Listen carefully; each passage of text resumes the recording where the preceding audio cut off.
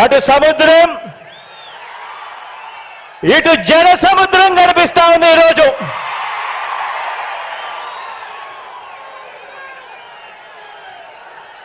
ఇక్కడికి వచ్చిన నా ప్రతి అక్క,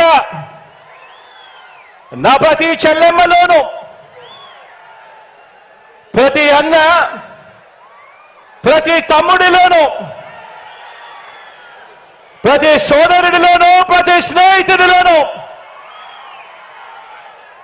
ప్రతి అవ్వలోను, ప్రతి తాతలోను, మీ అందరిలోను, ప్రతి ఒక్కరిలోనూ నాకు కురుక్షేత్ర యుద్ధానికి సిద్ధమైన పాండవ సైన్యం సేనాధిపతులు ఇక్కడే కనిపిస్తా ఉన్నారు. ఈ వేదికలో నుంచి ఇక్కడే చూస్తా ఉంటే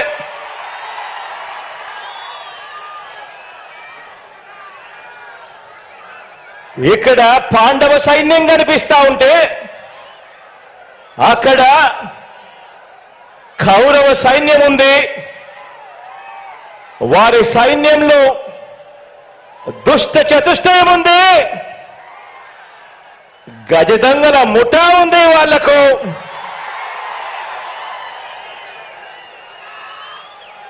వారి వ్యూహాలలో, వారి కుట్రల్లో, వారి కుతంత్రాలలో, మోసపూరిత వాగ్దానాల్లో, వెన్నుపోట్లు, పొత్తులు, ఎత్తులు, జిత్తుల పద్మవ్యూహం కనిపిస్తా ఉంది అక్కడ. కానీ పద్మవ్యూహంలో చిక్కుకొని వారి బాణాలకు బలైపోవడానికి ఇక్కడ ఉన్నది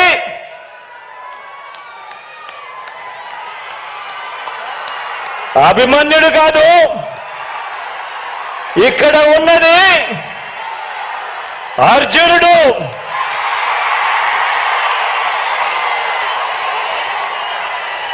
ఆ అర్జునుడికి తోడు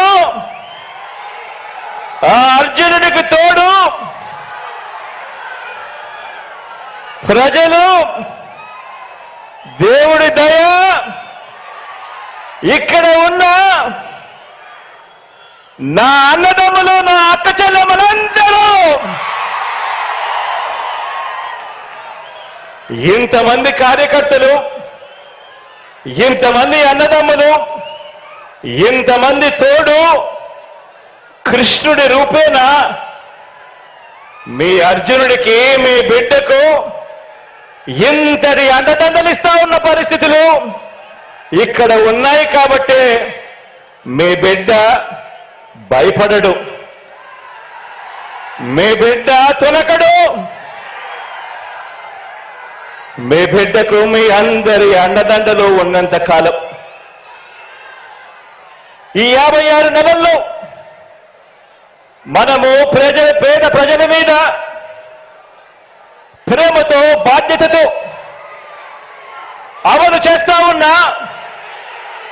ఆ పథకాలు, ఆ స్కీములే మనకు బాణాలు, మనకు వస్త్రాలు. ఈ యుద్ధంలో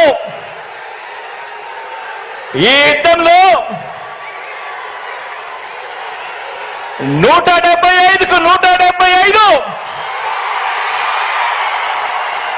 టార్గెట్, 175కు 175 వైఎస్ఆర్ కాంగ్రెస్ పార్టీ టార్గెట్. ఈ యుద్ధంలో వైఎస్ఆర్ కాంగ్రెస్ పార్టీ గెలిపే లక్ష్యంగా దేవుడి దయతో మనం ప్రతి ఇంటికి, మనం ప్రతి ఊరికి, మనం ప్రతి ప్రాంతానికి చేసిన మంచి వల్ల చంద్రబాబుతో సహా అంతా కూడా ఓడాల్సిందే అని చెప్పి కూడా ఈ సందర్భంగా చెప్పడానికి గర్వపడతా ఉన్నా.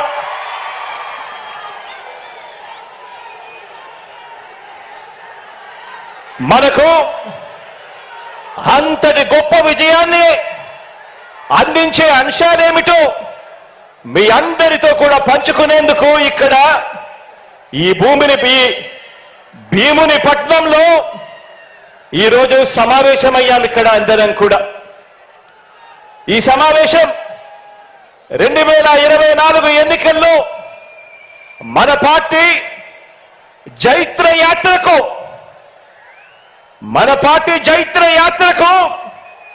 మరో 25 ఏళ్ల పాటు మన సంక్షేమ అభివృద్ధి పాలన కొనసాగింపునకు సన్నాహక సమావేశం ఈరోజు ఇక్కడ ఈ భీముని పట్నంలో జరుగుతా ఉంది. ఈ సమావేశం మన పార్టీని భుజాన మోస్తా ఉన్న కార్యకర్తలు, లీడర్లు, అభిమానులకు, ఆత్మీయులకు మరింత ఆత్మవిశ్వాసం నింపే సమావేశం ఈరోజు ఈ భీముని పట్నంలో జరుగుతా ఉంది.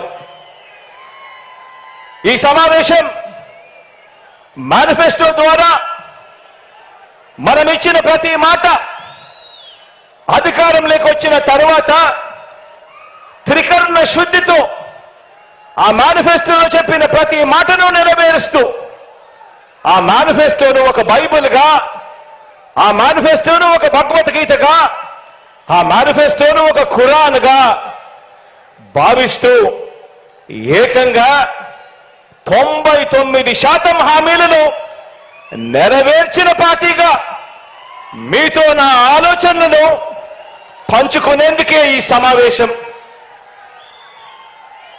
గతంలో ఎప్పుడైనా కూడా గమనిస్తే ఎన్నికలకు ముందు పార్టీలు మేనిఫెస్టో అని చెప్పి, ఎన్నికల ప్రణాళిక అని చెప్పి రిలీజ్ చేస్తాయి.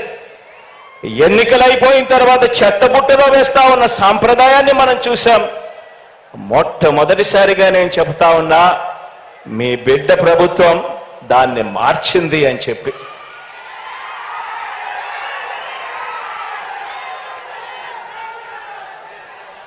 మనం మార్చాము కాబట్టి, ప్రజలకు మనం దగ్గరయ్యాము కాబట్టి ప్రతి ఇంట్లోనూ మీ బిడ్డను, మీ బిడ్డను, మన వైఎస్ఆర్ కాంగ్రెస్ పార్టీని తమ పార్టీగా ప్రజలు భావిస్తా ఉన్నారు. కాబట్టి చంద్రబాబు లాంటి 75 ఏళ్ల వయసు మళ్ళిన నాయకుడు ఆ చంద్రబాబు నాయుడు గారు ఒంటరిగా పోటీ చేసే ధైర్యం లేక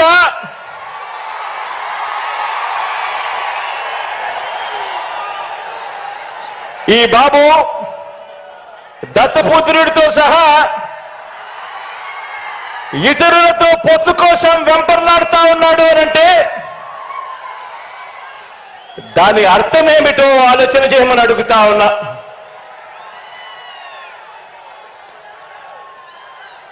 ఈ చంద్రబాబుకు తాను ఫలానా మంచి పని చేశానని కానీ, తాను ఫలానా మంచి స్కీమును తెచ్చానని కానీ చెప్పలేక మళ్ళీ కొత్త వాగ్దానాలతో గారడీ చేయాలని చూస్తున్నాడు అని అంటే దానికి అర్థమేమిటి?